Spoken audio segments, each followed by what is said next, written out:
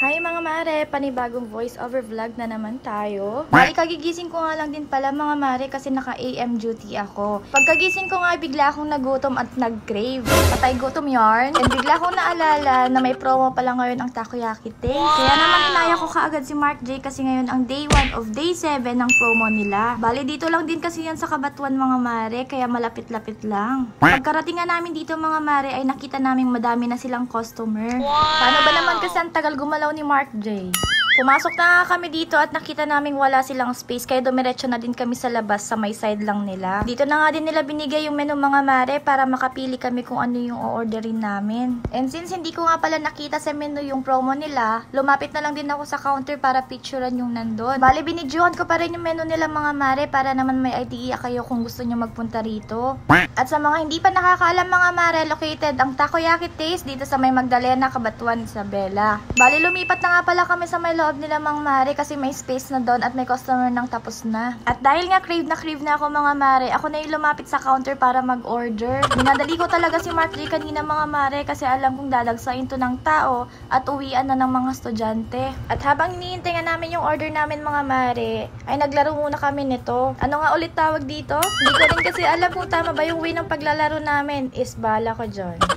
Naalala ko nga pala mga mare na nagpunta rin pala si Lohong Jonen kanina dito kasi kumasa na siya sa challenge ng Takoyaki Taste. Yan, depende yan.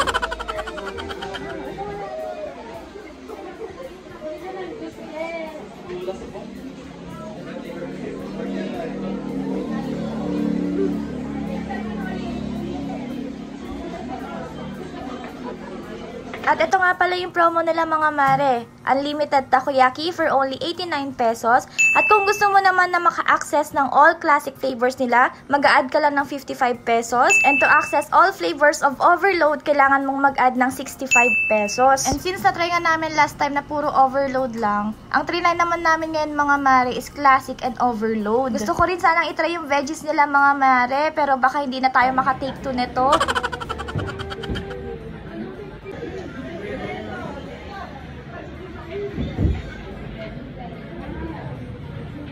Craving satisfied na naman ang auntie nyo.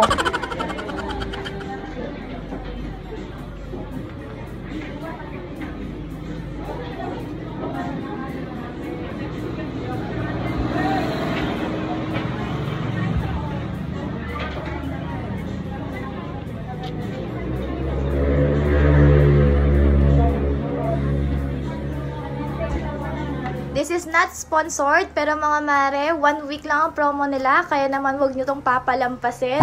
At kung palaban ka sa mga ali na ganito, mga mare, hindi talaga masasayang ang pera mo.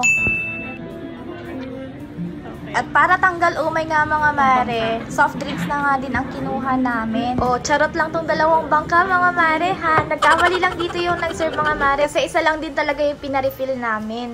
Pangalawang refill pa nga lang to mga mare, pero pakiramdam ko pasuko na yung kasama ko. At dahil anli nga mga mare ay ilaban mi ah.